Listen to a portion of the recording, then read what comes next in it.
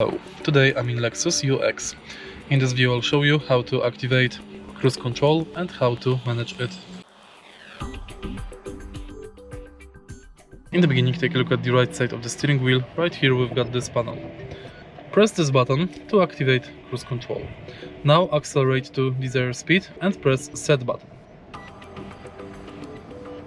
Once the cruise control is enabled, you can increase the speed by pressing press plus button, decrease by pressing set minus button, cancel to pause, and press set or res to start over.